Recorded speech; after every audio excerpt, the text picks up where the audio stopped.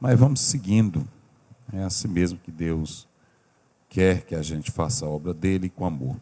Olha, nós ficamos, coloca o versículo aí, nós não pregamos essa mensagem toda, porque não deu tempo.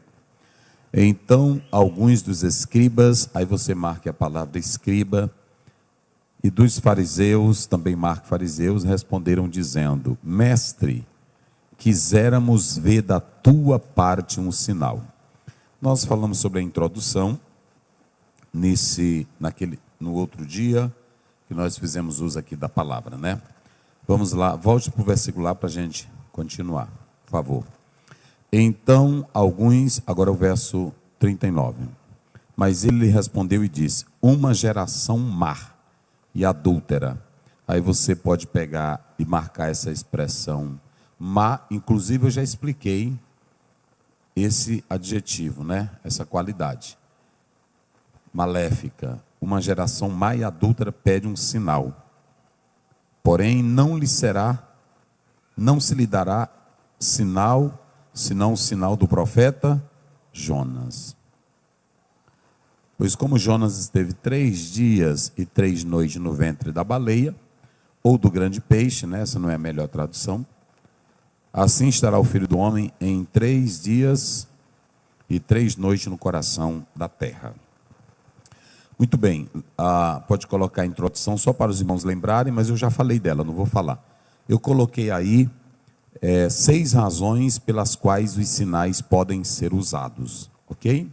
Se vocês analisarem essa expressão semeion, que é neutra no grego, está falando de sinal.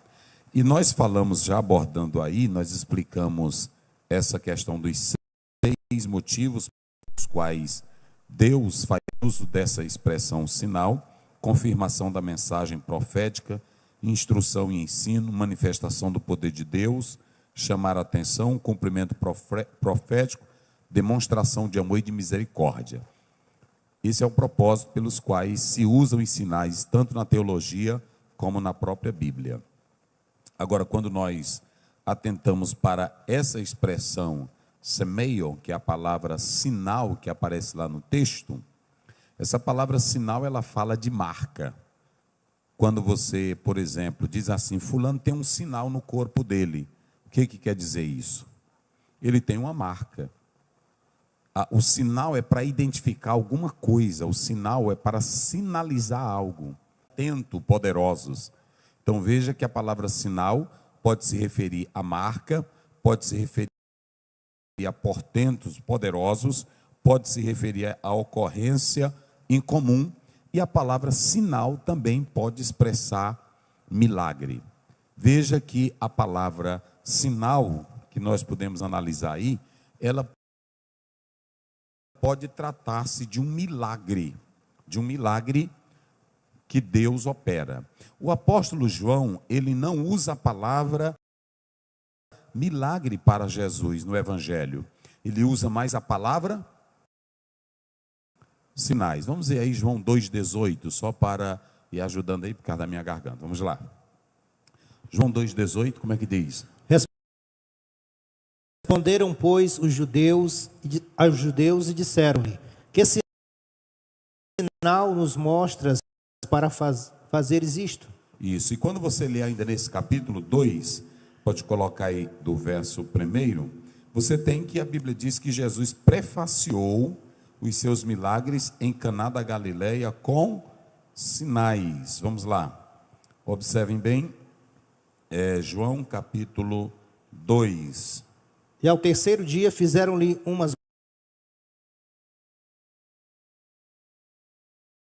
bodas em Caná da Galileia, e estava ali a mãe de Jesus.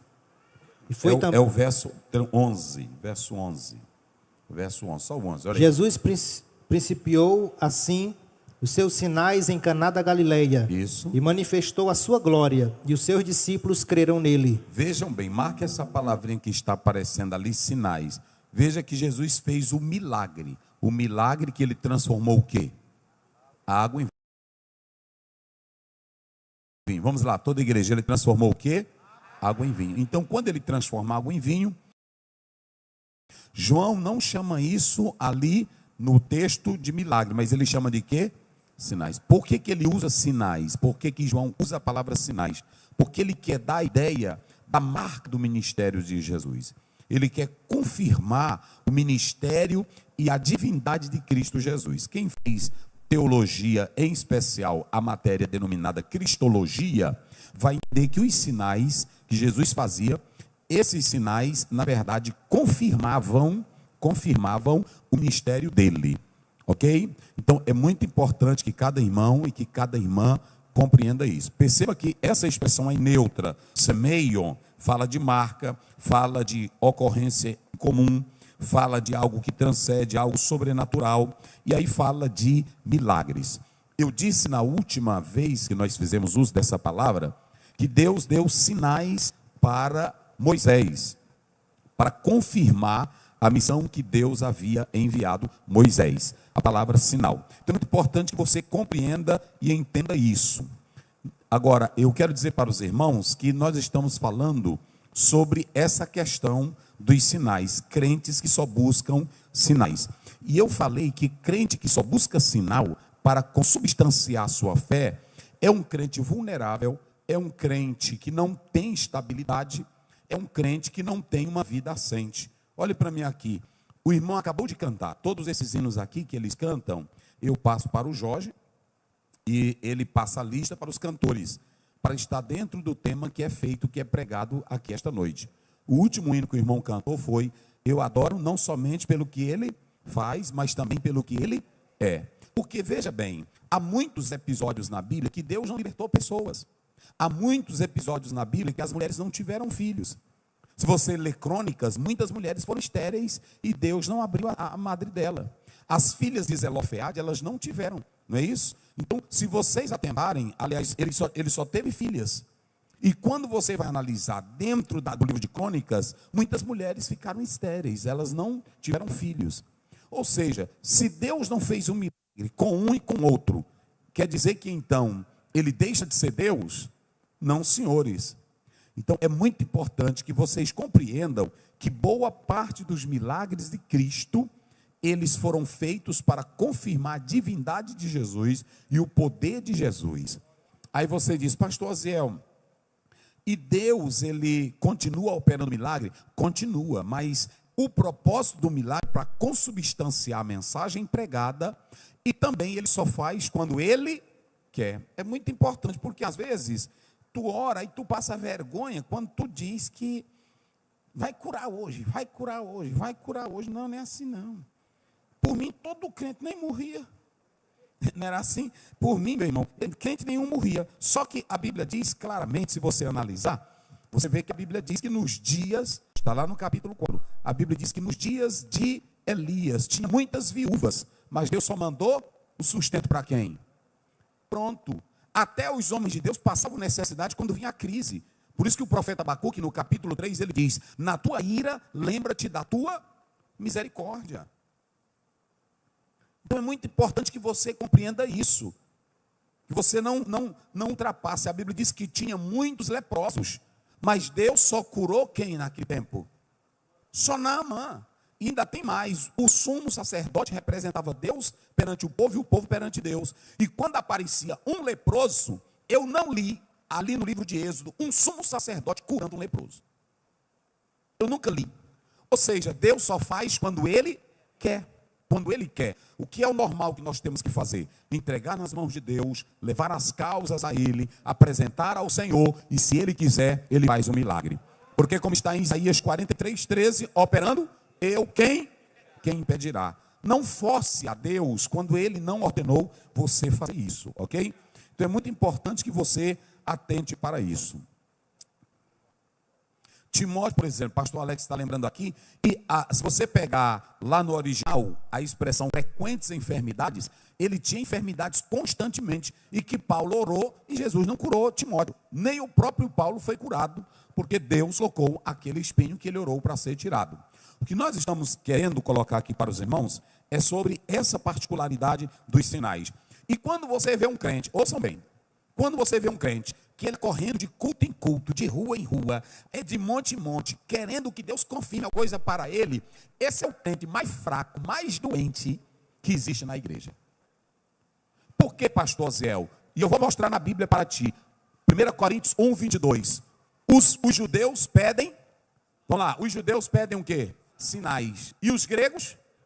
Olha, por que os judeus, agora eu pergunto aqui à igreja, por que os judeus pediam sinais? Vamos lá, igreja. Por que os judeus pediam sinais? Porque eles não acreditavam em quem? Em Jesus Cristo. Eles pedem sinais porque eles não têm uma fé verdadeira em Jesus Cristo. A nossa fé em Jesus, irmão, não é pelo fato dele te curar de um câncer. A nossa fé em Jesus é porque ele morreu pelos nossos pecados. Compreenda isso, senão você não vai ser crente.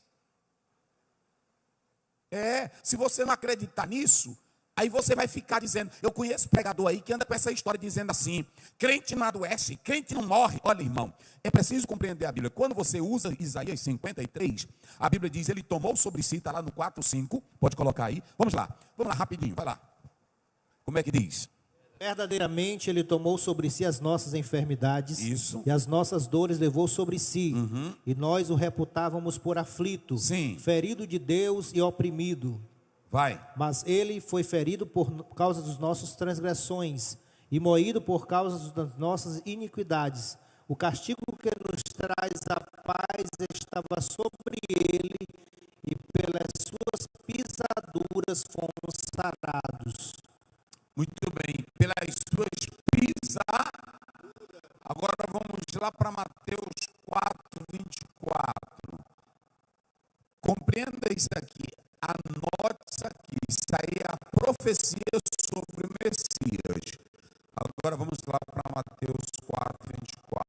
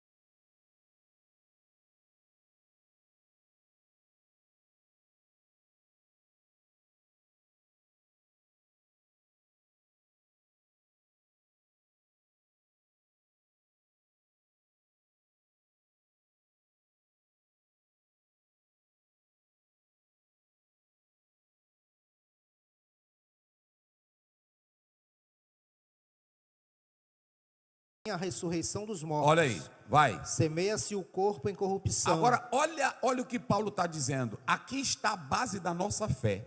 A base da nossa fé é que a gente sabe que Jesus Cristo morreu. E ainda que o nosso corpo sofra consequências do pecado, mesmo nós já sendo crente, mas vai chegar o dia que esse corpo mortal vai ser sepultado em corrupção e ressuscitará o corpo em quê? Em incorrupção. Ah, verdade. Vai. Isso. Ressuscitará corpo espiritual. Isso, vai. Se há corpo animal, há também corpo espiritual. Assim está escrito também: o primeiro homem, Adão, foi feito em alma vivente. Esse outro aí, vai. 44. Semeia-se o corpo natural, ressuscitará o corpo espiritual.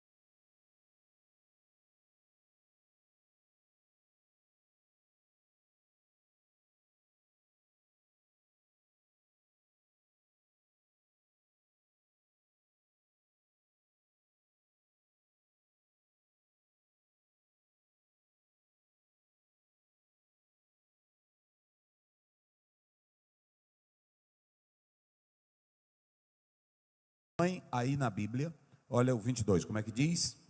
Trouxeram-lhe então um endemoniado cego. O homem estava o quê? Endemoniado. O que mais? Cego. O que mais? E mudo. E o que Jesus fez? E de tal modo o curou. Agora, olha o 23. Acompanhe isso na Bíblia, que é muito interessante.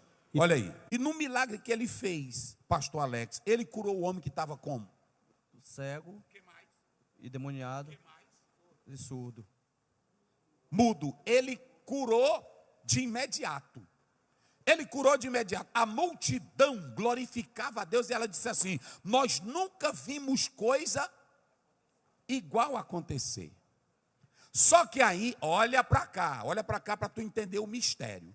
Só que aí, quem era que estava lá? Digam comigo: fariseus, escribas e herodianos. Quem era que estava lá? Fariseus, escribas e herodianos. Esses eram os opositores do ministério de Jesus todo dia e toda hora. Todo o tempo eles perseguindo a Jesus. Mas Jesus terminou de fazer esse lindo milagre, essa coisa esplêndida. E de repente, a multidão diz assim: este é o filho de Davi, esse é Deus. Agora, olha o 24.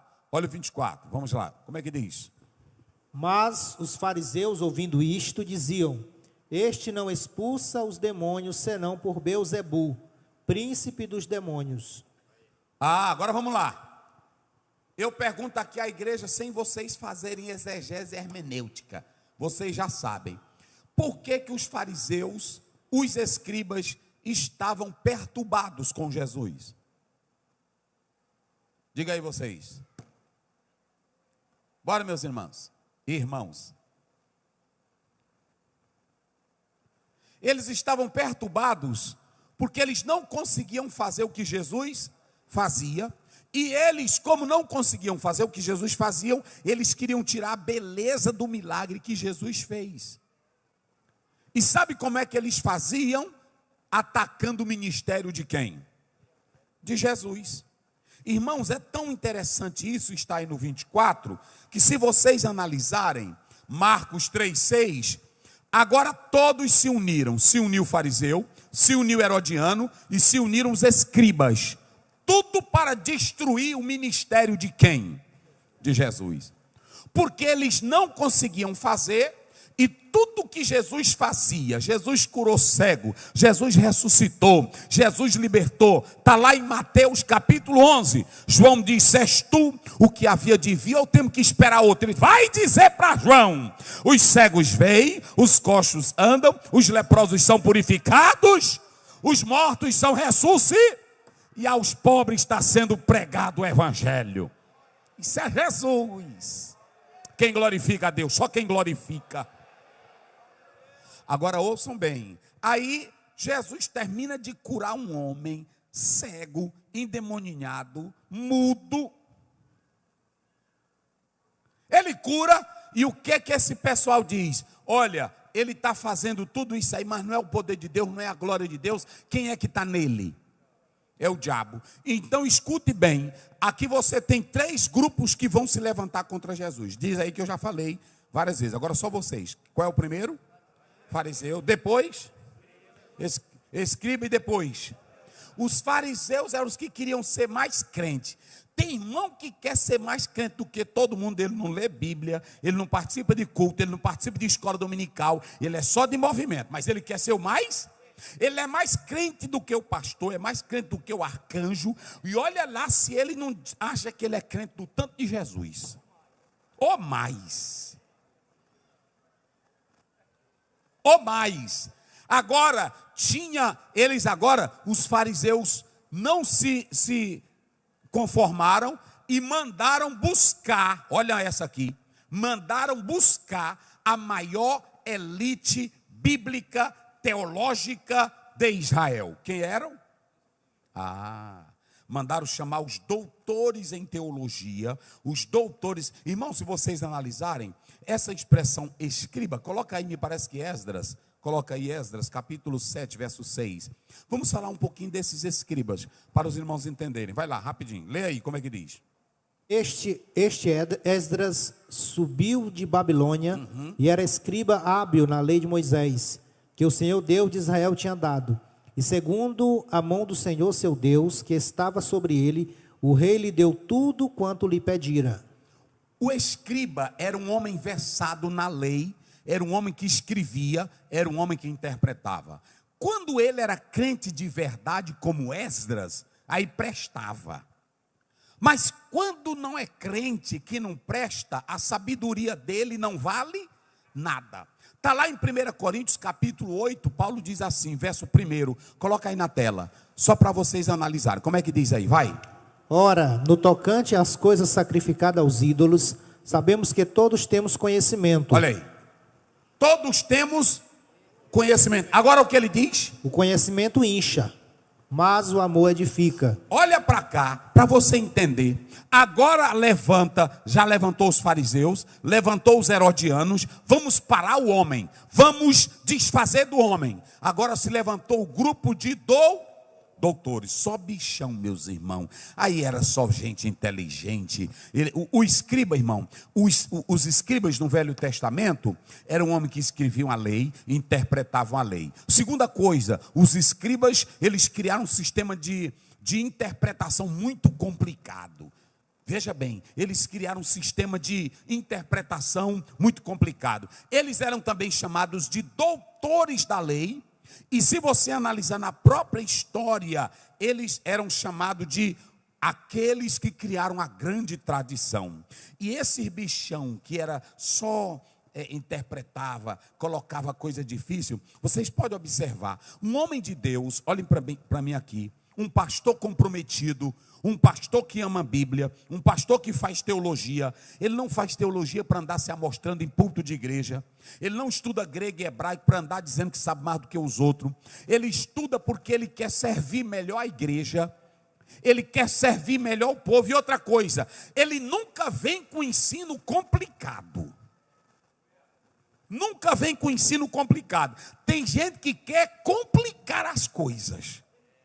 Olha, se nós temos 6 interpretações na escatologia, que aí nós temos as 4 interpretações e 6 escolas, aí um aparece na televisão e diz, não tem arrebatamento. Aí o outro diz, nós vamos subir, mas só depois da grande tribula. Aí o outro chega e diz, nós vamos antes. O que eu quero dizer aqui é que um homem de Deus está interessado em resgatar almas do pecado. O homem de Deus está interessado em ver vidas santas e não criar problema bíblico, literário, para você ficar perdido. Tem gente aqui, irmãos, que ele pega uma Bíblia dessa, ele mistura tanta coisa, que aí você fica até dizendo, eita meu Deus, que ciência. Só que ele não tem na mensagem dele um versículo para ele edificar uma vida. Ele só tem pesquisa. É por isso que Paulo está dizendo, o saber, a ciência faz o quê? Incha. Tem deles que não dão mais glória a Deus. Já aprenderam tanto. Eles já aprenderam tanto que para ele dar glória a Deus, Jesus tem que descer do céu e dizer: olha, tu está certo, meu filho. Aí ele vai dizer: então, Jesus, lá vai, glória a Deus. Irmãos, prestem bem atenção uma coisa. Eu li um teólogo, escute bem essa. Eu li um teólogo que ele diz que o maior, esses dias foi o dia do teólogo, não foi? Eu li um teólogo que diz, olha para cá.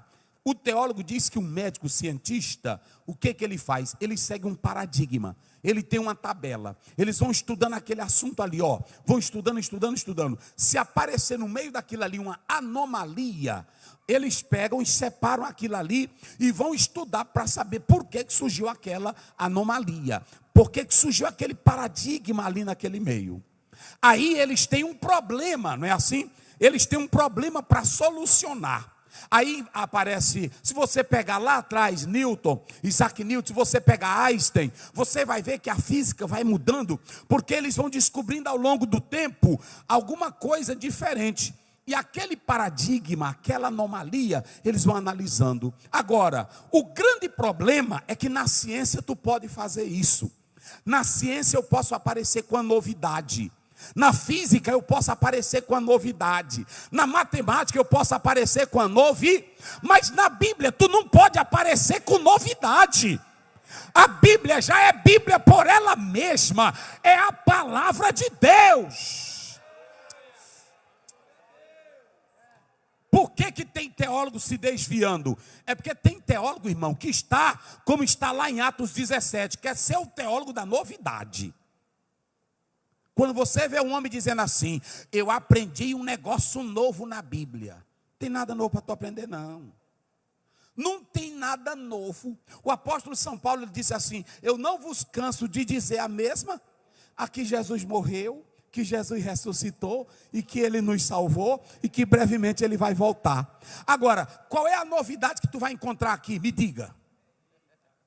Me diga, qual é a novidade que tu vai... O que eu posso encontrar é uma palavra no grego, no hebraico, ou eu posso encontrar um manuscrito que venha trazer alguma coisa para consubstanciar, mas não tem mais nada de novo que possa alterar a Bíblia.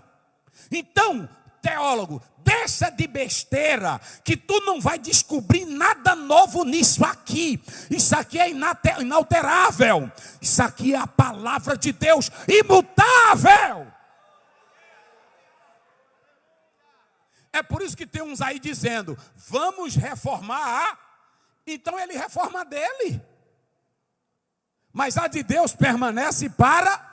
Quando Jesus Cristo foi vencer o diabo, ele disse, Satanás, tu sabe que está escrito, diabo. Está lá em Mateus 4.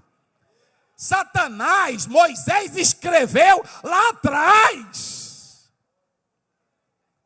Não é assim? Hoje nós temos um bocado de teólogo que fica, veja bem, o casamento, o divórcio, não é assim? É debatendo o divórcio. Aí perguntaram para Jesus, e tu, Jesus, o que tu diz? Aí já tinha a escola de Léo de chamar, Jesus só disse assim, Mateus 19:8, desde o princípio, nunca foi assim. Desde o princípio nunca, Deus fez macho e... Como é? Diga aí bem forte, Deus fez o quê? Macho e o que mais? Pode inventar o que quiser, mas ele só fez o quê? Macho e fêmea. Se tu quiser se acabar na desgraça, te acaba. Hein?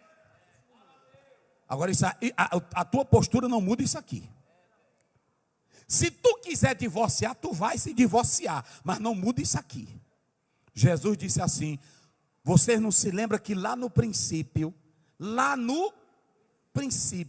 Jesus legalizou o que Moisés disse, Jesus não alterou o que Moisés disse, ele não quis saber da escola de Shammai e de Hillel, porque tem irmão que quer ficar, é com o que o John Piper diz, é com o que o John MacArthur diz, é com o que o Strong diz, tu tem que ficar com o que a Bíblia diz. Então quando você vê um teólogo dizendo, eu tenho uma novidade, eu descobri, pode mandar ele embora. Porque não tem nada de novidade. A novidade já teve. Mateus 28, verso 6. A Bíblia diz que o anjo diz: eu sei quem vocês estão buscando. Ele não está aqui, já ressuscitou. Essa é a novidade. Quem crê nesse Cristo, diga glória a Deus. Então olha para cá, não tem esse negócio de novidade. O que pode acontecer é que um pregador aumenta a voz mais do que o outro, não é assim? Um tem mais um canqueado do que o outro, né? Hein? Um faz um chamego, o outro chega. Quando eu cheguei aqui, eu já senti, né? Eu já senti. Aí tu se anima, ó glória, mas ele só vai dizer que Jesus salva, não é assim? Ele também só vai dizer que Jesus cura. Eu já ouvi pregador de todo lado, de estrangeiro, eu já vi tudo. Aí, quando ele termina, ele diz: agora eu vou orar, não é assim? Aí o intérprete dele vai orar, meus irmãos. Eu vou orar para Jesus curar. Aí ele vai orar. É a mesma oração que eu faço. É a mesminha. É porque vocês gostam de coisa. Os irmãos não gostam que a gente fique só aqui não, olha. Meus irmãos, vamos ler a palavra de Deus. Aí terminou, você está vendo aqui. Eu estava ontem à noite assistindo a mensagem do pastor Antônio Gilberto. Aí eu, olhando para ele, pregando em 1999. Aí ele leu Atos 16. Aí ele diz: princípios para a vida cristã. O Espírito Santo nos guia. Aí eu disse: vai vir coisa aí, pesada. Aí ele, pronto, o Espírito Santo nos guia. Primeiro princípio para a tua vida: quem te guia é o Espírito Santo. Se tu quer ter uma vida abençoada, deixa o Espírito Santo te... Pronto, só isso. Eu fiquei, rapaz, é só isso. Mas eu pergunto, o que é que ele ainda vai inventar mesmo ali? Me diz. Não, me explica o que é que ele ainda ia inventar ali. Aí é que entra a tua parte, aí tu começa com tuas mentiras. Eu estava deitado de madrugada, o Espírito Santo me pegou e me jogou nas paredes. Aí começa a tua mentira. Mas a Bíblia só diz assim, é que o Espírito Santo guia. Aí ele pegando o texto, ele diz assim: nós estávamos de plano ir para a Bitínia e fomos Aí ele disse assim: eu não sei que impedimento foi esse. Pode ter sido por uma profecia, pode ter sido por revelação, não me importa. Foram impedidos. O que ele vai dizer mais? Qual é a novidade aqui, meu irmão? Se tu não crê nisso aqui, do jeito que está aqui, tu não vai ser crente? Nunca. Tu não vai ser. Olha, tem irmão dizendo: a nossa juventude está se perdendo. Eu não sei o que vai ser da nossa juventude. Eu sei. Se tu não pegar isso aqui, juventude é o inferno para ti. Tu pode botar cantor, tu pode botar vocal, tu pode botar peça, teatro, mas se não tiver isso aqui, levanta aí, levanta. Se não tiver isso aqui, quem glorifica a Deus? É Bíblia.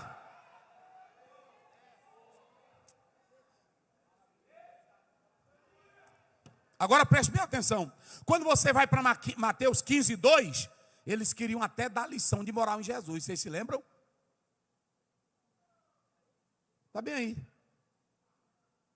Olha aí era só doutor. Se o teu conhecimento, a tua teologia, tem irmão que estuda a lição da escola dominical e o livro, a semana toda ele pesquisa só para pressionar o professorzinho. Ei, irmão, eu nasci na igreja, irmão, sei disso aí tudinho. Só para debater. Aí o irmãozinho já entra na... Cadê o irmão? Está aí. Ele dá glória a Deus quando ele não está. Porque é um polêmico que não glorifica, é um polêmico que não tem amor por nada, é um polêmico que não evangeliza, ele é só um polêmico para contestar. Eu conheci um que ele contestava tanto, que um dia ele contestou, o professor contestou lá na sala de aula, aí o irmão diz assim: irmão, você está certo que a lição é essa daí? Aí quando ele olhou, era a lição do domingo passado. Ele tinha perdido a escola, e aí estava lendo, era atrasada. É assim que Deus faz. Deixa eu te dizer uma coisa. Esses escribas eram cheios de si, era arrogante. Irmão, olha para mim aqui. Tu pode ouvir o maior doutor no mundo. Sabe o que ele vai analisar? Eu vou dar um exemplo aqui. Se ele pegar a sintaxe, ele vai só mostrar como é que um adjetivo, um substantivo funciona dentro de uma estrutura da frase. Ele vai só mostrar o que está deslocado e o que não está. É só isso. Ele não pode mudar a doutrina, ele não pode mudar o contexto disso aqui. Se ele for tratar da morfologia, Da mesma forma, digamos que ele pega uma palavra, aí ele vai fazer análise morfológica.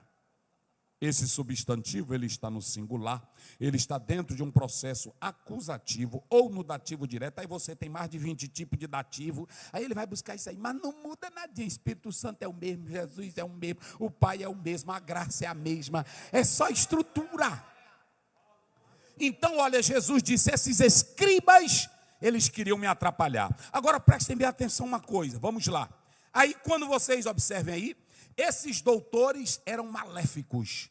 Eles não queriam reconhecer que Jesus tinha expulsado os demônios. Agora vem para cá. Eu vou fazer aqui uma pergunta e eu quero que vocês participem, irmãos.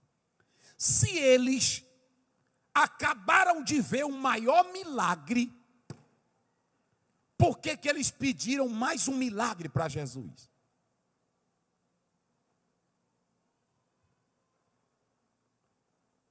Eles tinham acabado de ver Jesus fazer o maior milagre. Diga aí, coloca lá, o 22 de Mateus. O que foi que Jesus fez? Olha o tamanho desse milagre, vamos lá. Olha o tamanho desse milagre. Ele fez o quê? A igreja, bem forte, vamos lá. Ele fez o quê, igreja? Ele curou o homem que estava endemoniado e o quê? Tudo indica que essa cegueira estava sendo provocada por quem? Pelo demônio. Ele tirou o que do homem? A mudez. E ele curou. Agora, se ele fez tudo isso, por que essa multidão pediu milagres?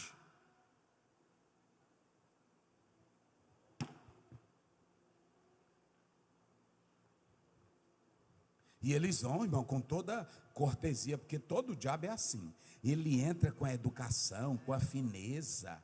Às vezes até tu perde o equilíbrio, mas ele não perde não, porque o diabo ele sabe como chega.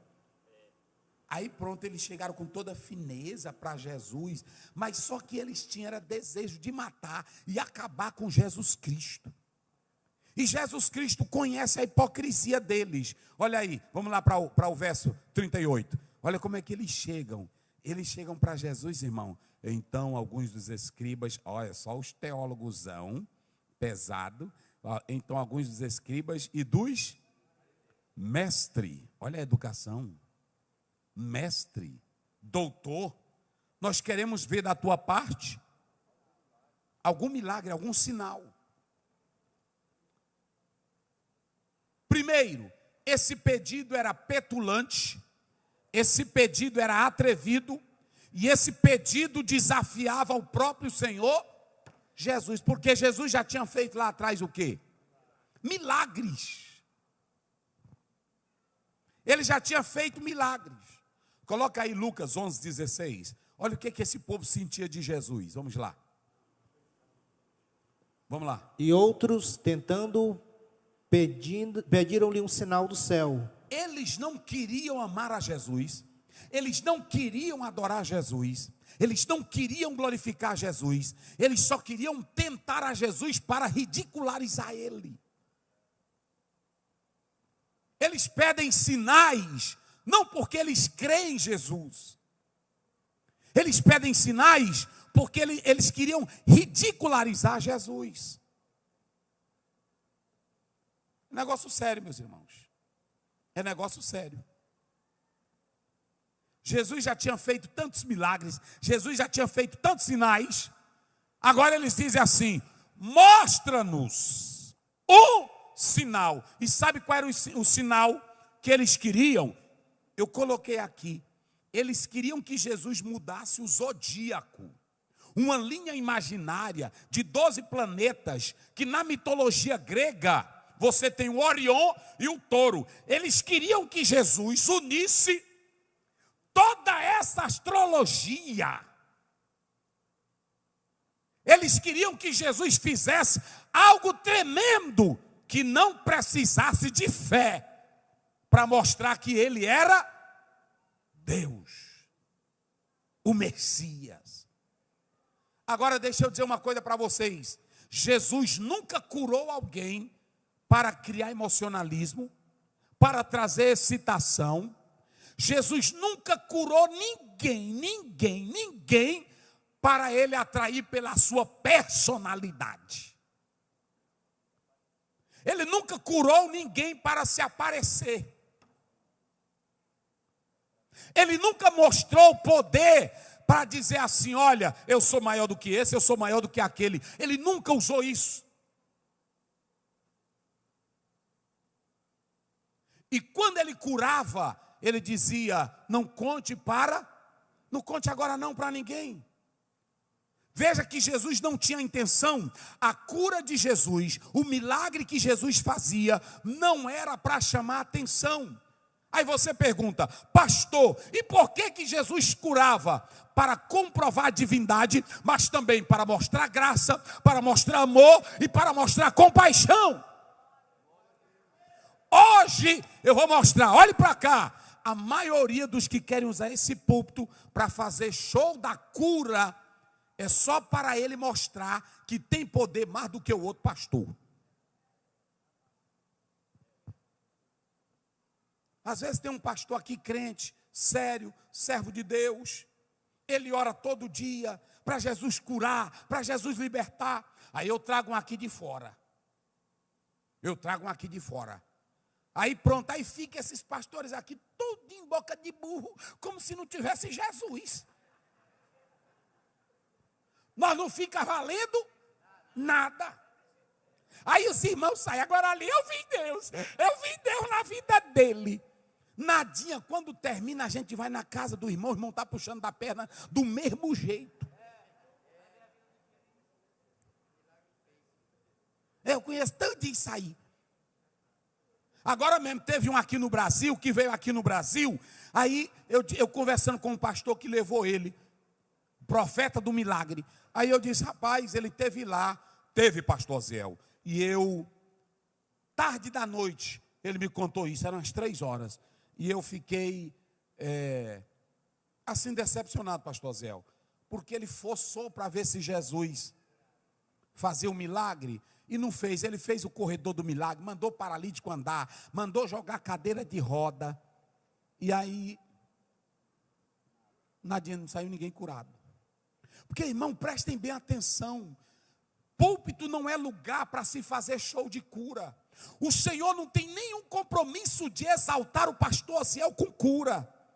E olhem para cá, quando você pega, se você ler aquele livro, A Teologia Pentecostal, foi organizada por Stanley Horton, ele diz uma coisa interessante, ele diz que o dom da cura é o dom que se manifesta na pessoa que vai receber a cura. É por isso que é chamado de dons de curar. E outra coisa, quando você pega 1 Coríntios 12, a Bíblia diz, e o Espírito reparte a cada um como ele, porque quem sabe a necessidade do corpo, quem é? É o Espírito Santo. É por isso que quando eu chego aqui, meus irmãos, vocês podem inventar o que vocês quiserem. A minha oração é, pastor Zé, eu estou morrendo. Eu disse, tu já está preparado para subir? É a minha primeira conversa. Eu fui orar pelo irmão que estava com câncer. Aí quando cheguei lá, aí ele, pastor Ziel, alegre, pastor Ziel, eu estou com a fé. Aí a médica passou pertinho de mim e disse, esse aí não escapa hoje não. O que você tiver que fazer, faça. Aí eu disse, meu Deus. Aí ele, pastor, eu estou me sentindo bem. Porque quando a morte está chegando, a pessoa sente mesmo. Eu disse, meu querido, eu vou lhe fazer uma pergunta. Como está a tua vida com Deus? Ele disse, eu estou firme. Eu disse, se Jesus te levar agora, tu vai para o céu, irmão. Ele disse, eu vou. Eu disse, mas eu vou orar para Jesus te curar. Eu não vou orar para Jesus matar. Aí eu disse, Pai Celestial, abençoa teu filho, manifesta o poder da cura, manifesta a cura. Mas se tu não quiseres, ele acabou de dizer que está pronto para entrar nas mansões celestiais. Irmão, esse homem apertava minha mão, parece que ele ia quebrar meu dedo. Como se estivesse dizendo, eu não quero ir só. E ele apertava. Foi então eu fazer assim, ele agarrava e eu. Se fosse dos irmãos do fogo, né? Né? E aí pronto, e ele segurando. Aí eu já vou, irmão. Aí eu soltei. Pronto. Quando eu ia chegando em casa, aí a irmã ligou: pastor, o meu pai terminou de morrer. E a médica disse para mim: esse aí não passa de hoje. E ele falava com tanta alegria comigo, com tanta fé. Olhe para cá, eu não queria que aquele homem fosse curado, eu queria. Agora deixa eu dizer uma coisa, irmão, nós estamos nos esquecendo de pregar o céu e de pregar essas coisas, que hoje nenhum crente mais quer oração para se preparar para ir para lá. Só quer oração para ser, e nem todo mundo ele vai curar. E outro, olha para cá, não acredite em nenhum desses homens que promete cura para vocês pelas igrejas dele. Nenhum deles impediram a pandemia, nenhum deles impediram crentes morrerem nas igrejas deles. Não acredita nisso, a pandemia veio para mostrar que Deus é soberano e Ele faz como quer e quando quer, e na hora que Ele quer. Ore a Deus e diga: está em tuas, e acabou-se a conversa.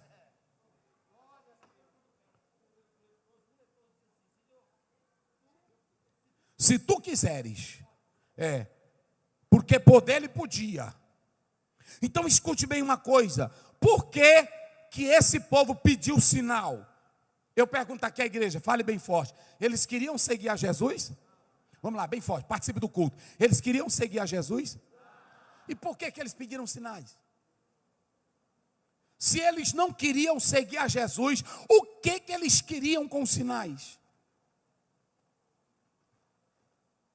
Outra coisa, Jesus já tinha feito sinais lá atrás?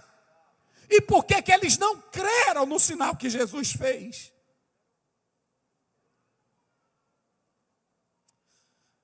Agora, observem bem, eles não queriam, Jesus não fazia sinal para se amostrar.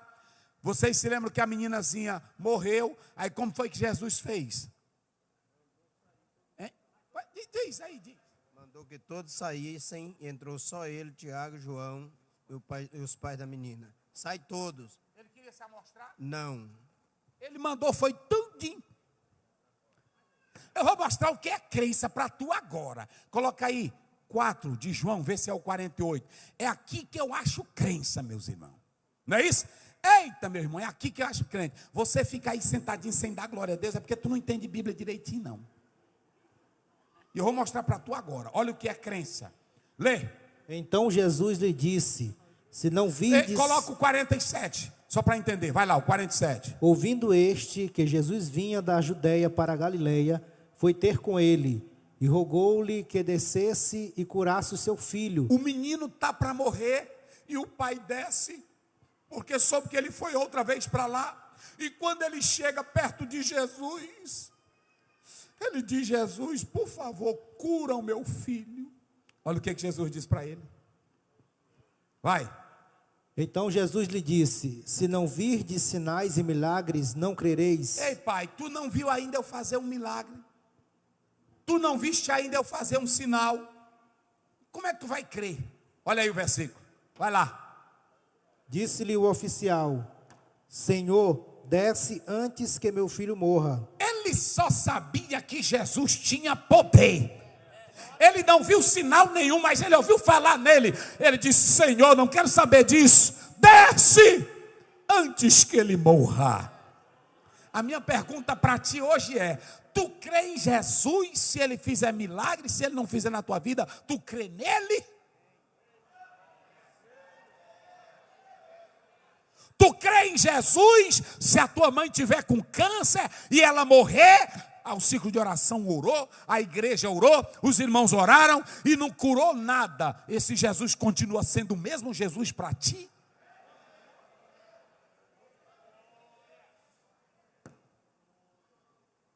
É isso que é crença, meus irmãos. Nós não seguimos Jesus para Ele fazer milagre. Nós já seguimos a Ele porque Ele é o nosso milagre. Ele é a ressurreição e a vida. É o Filho de Deus. Agora preste bem atenção e eu finalizo aqui. Eu vou mostrar hoje o que é mais importante, eu só vou mostrar, mas a próxima mensagem eu vou falar sobre o poder da pregação. Jesus disse assim: eu não vou dar nenhum sinal para vocês, senão o sinal de Jonas. Claro que nós vamos entrar quando for falar na pregação, nós vamos entrar no detalhe da questão do horário romano, do horário judaico, e aí essa contagem, se ele passou 3 dias, conforme a Bíblia diz, nós estaremos falando isso.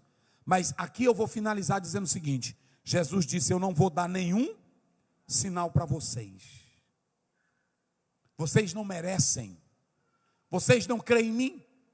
Vocês não acreditam em mim. Agora aqui está uma coisa que eu quero falar aqui para os pastores e para esta igreja. Não substitua a pregação por nada na igreja. Não substitua o púlpito e a Bíblia por nada na igreja. Porque só teve uma cidade que não viu milagre, que não viu coisa poderosa, que não viu os montes se tremerem, mas que ouviu uma mensagem e foi salva. Quem foi? Ouçam bem, igreja. A coisa mais importante para a igreja é isso aqui que te salva. Você andar atrás de coisa sem ter a salvação não vai prestar para nada. Eu vejo, eu vejo aqui mesmo em Tirirical, eu conheço um bocado de crente aqui. Eu vejo uns crentes fazendo a farofinha aqui, quando dá fé está em outra igreja, quando dá fé está em outra. Não tem salvação pela palavra. Não sabe o que é mensagem. Olhe para cá, porque se Jesus colocou essa palavra, tu já é satisfeito com Cristo, aonde você estiver. Jesus disse assim como Jonas esteve 3 dias e 3 noites no ventre do peixe, e depois o peixe vomitou, o Filho do Homem vai estar 3 dias no seio da terra, mas depois ele vai sair de lá. Essa é a única mensagem que nós devemos pregar para a humanidade. Se depois o Senhor quiser curar após a mensagem, Ele tem o poder para curar. Tem ou não tem? Coloca aí na tela o resumo para finalizar isso aqui. Pode passar. Só 2 coisinhas para vocês anotarem aí, que eu não passei. Pode passar, vamos lá. Primeiro. Cadê o primeiro? Aí tu já está no segundo. Passou ligeiro. Cadê o primeiro? Muito bem. Olha, crentes que só buscam sinais desprezam as reais obras de quem? Eles viram as obras que Jesus fez, eles viram os milagres que Jesus realizou, eles viram os sinais, mas eles chamaram de obras de quem? De demônio. Desprezaram. Olha, irmão, crente que só anda em busca de sinal, que anda com o negócio de reteté para cima e para baixo, ele não sabe o Salmo 91 completo, ele não sabe o Salmo 119, ele não tem um versículo para orientar a vida dele. Ele não sabe nem citar João 3:16. Porque, olha, ele só gosta de zoada. E quem não conhece a Cristo, quem não busca Ele de verdade, vai desprezar. Porque ele não liga para a palavra, ele não liga para os detalhes da Bíblia, ele não liga. Então está aí, pois na essência, na sua natureza, eles não são puros. Como foi que Jesus chamou aquela geração? Geração má. Olha, geração má é uma geração cheia de demônio, é uma geração maléfica, é uma geração adúltera, é uma geração infiel à palavra. Nós estamos hoje, irmãos, diante de uma geração de crentes que estão sendo infiéis à palavra. Tem irmão que chega num culto como esse, ele não traz a Bíblia, ele não fica marcando, ele não fica anotando, ele dorme o culto todinho. Chega baba. Todinho. Tem deles que botam até o celular dentro da Bíblia. Olha, miserável, tu tá pensando que tu me engana. Ele bota o celular dentro da Bíblia e tá aqui mexendo. Vai ter muito. Quem faz isso é bandido. Bandido, ele pega e abre a Bíblia. Eu vi um que ele pegou, eu vi no jornal, ele abriu um buraco na Bíblia e botava a maconha e a entregava para isso. O que eu quero dizer? Como é que você é fiel? Jesus chamou aquela geração de geração má e geração o quê? Adúltera, lá no original é infiel. Como é que eu quero ser crente santo se eu não obedeço isso aqui, meus irmãos? Venha para o culto de doutrina, traga a sua Bíblia, aprenda, pergunte ao seu pastor lá na área: pastor, como é isso aqui? Pastor, como é que eu me oriento? Pastor, eu quero aprender mais da palavra de Deus. Não é para cá tu ir para o monte, não. Tu quer ir para o monte, pode ir para o monte. Pode ir para o monte. Tu quer ir para uma oração, pode ir para a oração. Mas a primeira coisa que você tem que ter na vida é o quê? A palavra. Tá aí, eu não vou ler. Mas se você quiser ler todos esses versículos aí, você pode ler. Vamos lá, coloca o segundo. Crentes que só buscam sinais, não têm uma fé. É por isso que ele precisa, olha para cá, irmão. Tem crente que precisa de astros da fé, espetáculo da fé, para ele ser crente. Ele quer um show da fé. Ele quer, pastor, bota a mão na minha cabeça. Agora mesmo, irmão, pastor, tem crente. Agora eu estava pregando num lugar, eu terminei de pregar, aí eu fui saindo, domingo agora. Aí uma senhora, ei, minha bênção. Eu disse, eu já orei ali. Não, minha bênção, só sai com minha bênção. Aí eu disse, ela te abençoou. Aí ela saiu, pronto. Meu irmão, preste bem atenção. Rapaz, tem coisa demais no nosso meio. Aí preste bem atenção. Olha aqui, olha. Não tem uma fé verdadeira. Olha para cá. Se eu ainda preciso, olhe para cá, igreja, eu finalizo. Se eu ainda preciso de algo para mudar a minha fé, o que eu tenho que fazer é acrescentar algo à minha fé. Mas se eu preciso de algo para ter fé, é sinal de que eu não sou um crente de verdade. Precisa de algum espetáculo, sensacionalismo. Manda fogo cair do céu, manda descer, queremos ver. Vocês podem observar, na hora que um pregador chega, aqui já chegou muitos. Eu fico só observando. Que eu não, tem pastor que, eu primeiro vou analisar para ver se é. A Bíblia diz julgar se tudo vem de, aí pronto. Todos que já vieram aqui, é a mesma historinha. Olha, cadê a Maria Francisca dos Santos? Está aqui. Aí os crentes já começam, não é assim? Maria Francisca. Aí a irmã, sou eu. Aquela cirurgia estava marcada. E aí eu vi um fazer isso aqui. E a irmã está do mesmo jeito. Se era de Deus, por que ela não foi curada? Agora eu duvido se algum deles chega aqui e diz: aqui em São Luís, nesse momento, na rua tal, tem um fulano de tal morto. E Deus disse que é para mim ir lá agora e ressuscitar. Nenhum deles fazem. Eu nunca vi um chegar aqui e dizer assim: aqui tem um fulano de tal que está leproso e Deus disse que é para eu purificar. E nem um paralítico, eles só fazem isso com o nome de pessoas. Não é o Espírito Santo. Quando é o Espírito Santo, irmão, é coisa diferente. Aí pronto, é adivinhando onde é que tem um carrinho, onde é que tem a neném, onde é que tem um bebê, onde é que tem a pipoca. E aí os crentes ficam numa zoadona. Irmão, se firme nisso aqui na palavra de Deus. E você terá uma vida verdadeira. Jesus faz milagre? Faz. Jesus santifica? Santifica. Agora Jesus não quer espetáculo. Sabe qual é a prova disso? Está lá em Tiago. Chamem os presbíteros da igreja na sua casa e eles vão orar por vocês. Essa é a regra bíblica. Se eu estou pregando na rua, o Senhor confirma a pregação. Se o irmão está doente, a Bíblia manda chamar, não manda fazer show na igreja. Agora, eu já vi muitos irmãos serem curados. O pastor terminar de pregar, eu vou fazer a oração pela fé no nome de Jesus. Quando termina, aquele irmão não está nem com tanta fé. Ele vai para casa. Quando dá fé, ele procura aquela, não é assim? E sumiu. Quando dá fé, ele vai fazer o exame lá no médico. Aí o médico diz, não tem mais nada aqui. O Senhor Deus operou o milagre só pelo poder da oração. Quem acredita assim? Quem diz glória a Deus? permaneça firme e Deus te abençoe para sempre, em nome de Jesus, amém. A mensagem é essa, irmão. Hoje não é de fogo, não. Depois eu vou dar um de fogo para vocês, lá do Monte Carmelo. Mas hoje é para você aprender a ser crente de verdade e servir ao Senhor em espírito e em verdade. Chegou, olha, é no ciclo de oração, é no cenáculo. As irmãs fazem bem feito aqui, vão orar para Jesus curar, orou, pegou o microfone e pronto. Não fique botando mão na cabeça da pessoa, vomita, vomita, vomita. Que ceboseira é essa? Não precisa tu mandar ninguém estar com negócio de vomitando, não. Só a pessoa falar, eu já quero é vomitar.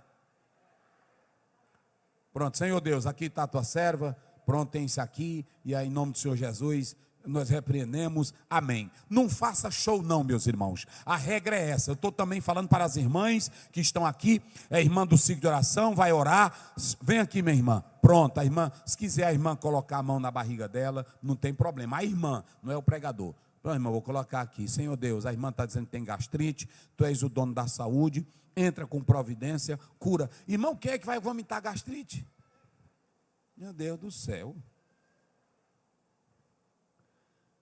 E aqui já tem um convite. A irmã Iracema convida toda a igreja para o cenáculo de oração.